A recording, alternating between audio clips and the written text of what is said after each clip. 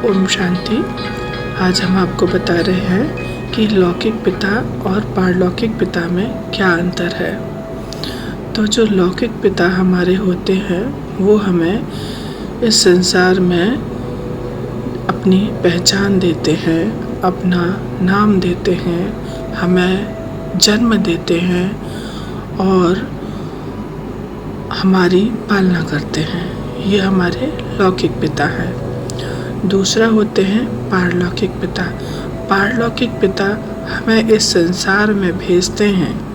पारलौकिक पिता हमें इस सृष्टि में हमें भेजा है और लौकिक पिता बदलते रहते हैं।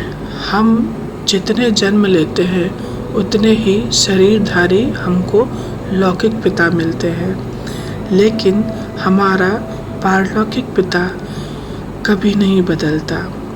पारलौकिक पिता हमारा शिव बाबा है, ज्योति स्वरूप, बिंदु स्वरूप, जो कभी नहीं बदलता।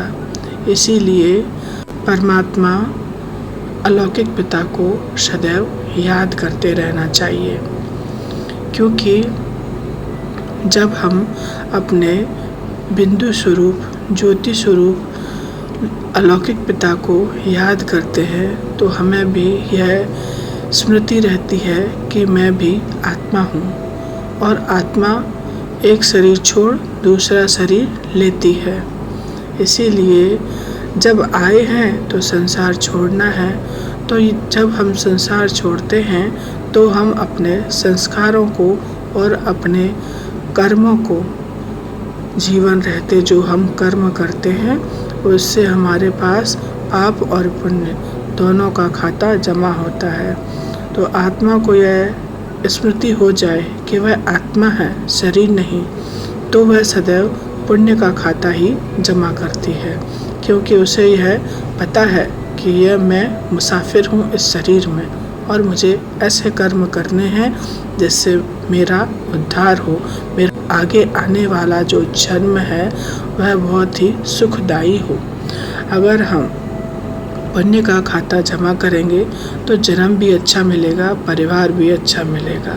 अगर हम पाप का खाता जमा करते हैं, किसी को दुख देते हैं, तो फिर हमें नेक्स्ट बर्थ भी ऐसा मिलेगा जो हम दुख दे के आए हैं, फिर वही दुख हमको भोगना पड़ता है। फिर एक जीवन हमको और मिलता है कि इस जन्म में भोगते हुए भी आपको कोई ना कोई एक ऐसा संदेशी आपके पास बाबा भेजते हैं जिससे आपको आपके कर्मों को ठीक करने की मोहलत मिलती है।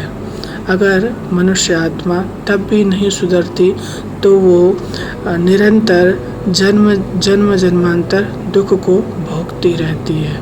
इसीलिए जब भी आपके पास भगवान का कोई संदेशी आए संदेश लेकर कि आपके कर्मों को आपको ठीक करना है और आपको यह बतलाए कि आप आत्मा हो, शरीर नहीं, तो हमें झट से उसकी बातों को मानकर ईश्वरीय कार्य में और स्वयं के कर्मों को ठीक करने में लग जाना चाहिए, क्योंकि वह कोई साधारण मनुष्य आत्मा नहीं है।